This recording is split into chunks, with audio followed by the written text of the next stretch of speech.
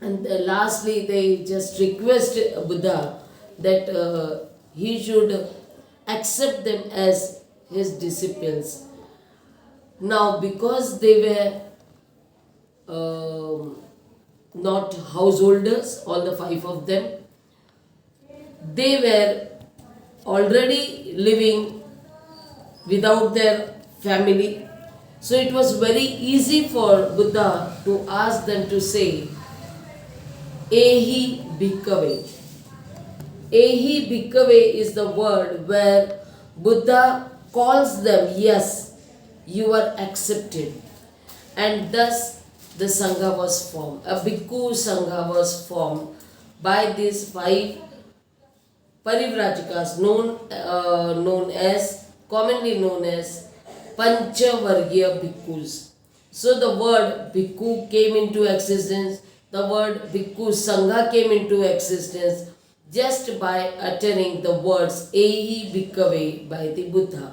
So how all the things which Buddha has explained, we can understand what Buddha teach them only by this. If you understand properly this response of Parivrajika, we will understand what Buddha explained them and what is the knowledge he want to give to the people, to the society, to come of these sufferings. So, and how the Parivrajakas became the Bhikkhu Sangha. So this was the real start of the work of Buddha, to spread his knowledge among the human being, for humanity, we can say. So this was the first step which he started. Till then he was alone. He alone gained the knowledge. This what we say as a sentient being, or as a highest knowledge, we can say he gained alone, and he was in search of whom to tell them and who would be taking his thoughts, his teachings to the people, and he got these five Parivrajakas to take it. Now, the next part of this book, that is the third part of Buddha and his Dhamma, it explains us about the conversion of the high and the holy. Now, the first chapter of this is the conversion of Yasha. Yash, we say, Yash. Who was he? He was one of the a young boy from a very wealthy family, we can say. Here it is given here the details of him, that he was staying in Banaras, and he was very wealthy, means we can say he had abundant wealth. So much that he was always surrounded by people who were serving to him, who were guarding him. He has nothing lacking. Even he was surrounded by many women. So, as he was very young and attractive and wealthy too, so his life was like very, we can say, he was experiencing his life as a very rich person with enjoyment, sensual lust, we can say. He had nothing to think about. He had nothing to think about the food. He had nothing to think about the wealth. He had nothing to think about how he will live a life, because everything he got it ready-made from his family. So he was living in pleasure, drinking, dancing, eating, and everything he was enjoying. But it is said that everything which and to the extremes, it goes to the extremes. There a point comes where they feel that, oh, it's too much now, we have to leave it. So Yash thinks that now he is not happy. Most of the time he was busy in dancing and drinking. He was with the women. So he thinks that what is his life about? So he want to just leave everything. He want to escape every what was happening with him, what he was enjoying. It was too much for him. So what happened?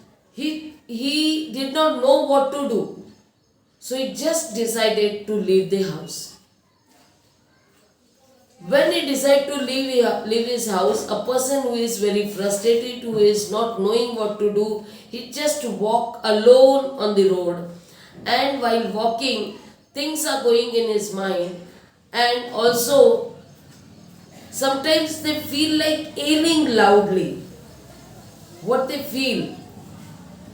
They think that by shouting, by ailing, they will get to know what to do. And thus, he just to roaming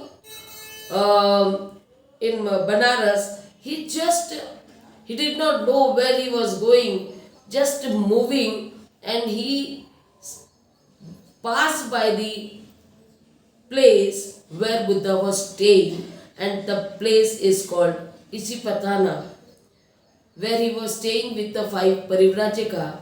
A day before, he gave the first sermon to them. And in the morning, when he was,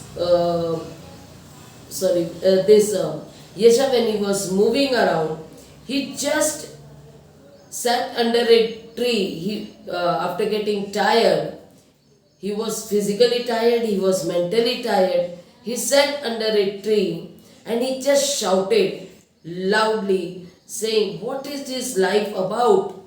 Is it full of danger now? Very troublesome life. It's with distress, with danger. What is the way out to leave all these things? Come out of this danger, come out of this distress." He just shouted himself, and he is sitting there. We can just imagine, it happens with everyone sometimes, you know. So, here, that was the day, the night, Buddha had given the sermon to five Parivrajika's. And in the morning, Buddha was just moving around, doing it. It was a kind of meditation, what Buddha used to do as a walking meditation. He was just walking, and he heard the cry of this boy, Yash. And suddenly, the Buddha reacted and replied to that boy. He replied to Yash, saying, "There is no distress, there is no danger. Come, I will show you the way."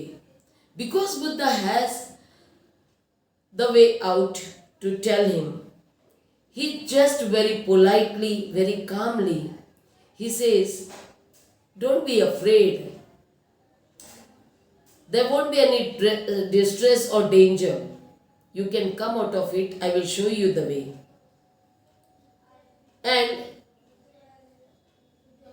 he preaches Yesha about his doctrine. What he has explained to the five Parivrajika's, he explained to Yash. Yash, after hearing the Buddha, he became happy, very joyful. And till then, he was just like lost. But when he heard everything, he became happy. He took off his slippers and he bowed to Buddha because he felt very joyful. He was not in distress now. He was not in danger now. And he found that someone is telling him the way out, and just telling it was giving him a way, to come out of his distress.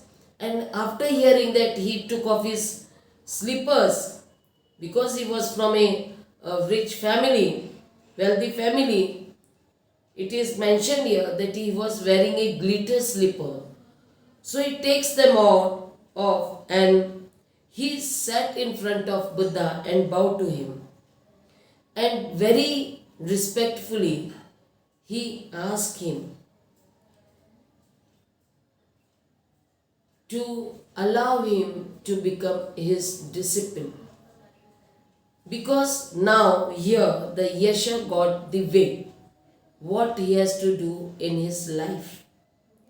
So he said that now he want to become the disciple of Buddha. He requests for it. And what Buddha says, knowing all the problems of Yash, Buddha knew that when he will go back to his own family again as a householder, he would suffer the same thing. So he just said to him,